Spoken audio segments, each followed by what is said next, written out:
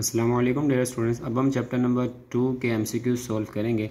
देखिए हमारे पास नंबर 1 हमारे पास है scalar quantity have dash and suitable unit. हमें जो स्केलर क्वांटिटी हमें उसकी डेफिनेशन याद होनी चाहिए।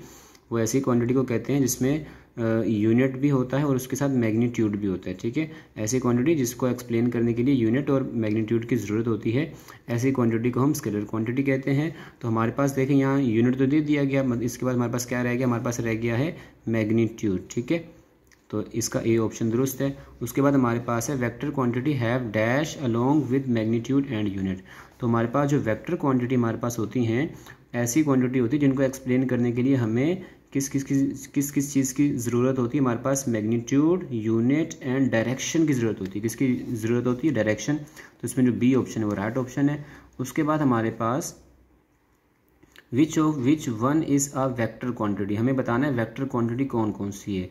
हमारे पास जो वेक्टर क्वांटिटी है, यहाँ पर मास हमारे पास स्केलर क्वांटिटी है, टाइम हमारे पास स्केलर क्वांटिटी, हमारे पास जो वेट है वो हमारे पास यहाँ पर वेक्टर क्वांटिटी है। ठीक है, क्योंकि हमने उसमें पढ़ा है बेस जो क्वांटिटी है हमारे पास 7 है और मास और टाइम उन 7 क्वांटिटी में से है, तो वो जो क्वांटिटी हमारे पास है वो स्केलर क्वांटिटीज हैं। ठीक है, इसके बाद हमारे पास which one is a scalar quantity. अब देखें यहाँ पर टाइम, यहाँ पे हमने कहा ना स्केलर क्वांटिटी, तो यहाँ पर आपके पास जो टाइम है वो स्केलर क्वांटिटी है। ठीक है, फोर्स और वेलोसिटी हम आपके पास वेक्टर क्वांटिटी हैं। उसके बाद distance is a dash quantity, तो हमारे पास जो डिस्टेंस है वो हमारे पास स्केलर क्वांटिटी, डिस्टेंस कौन सी क्वांटिटी है?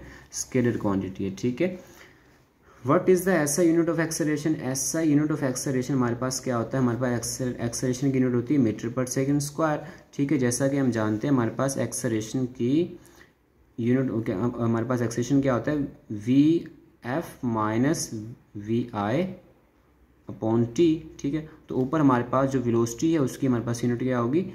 मीटर पर सेकंड।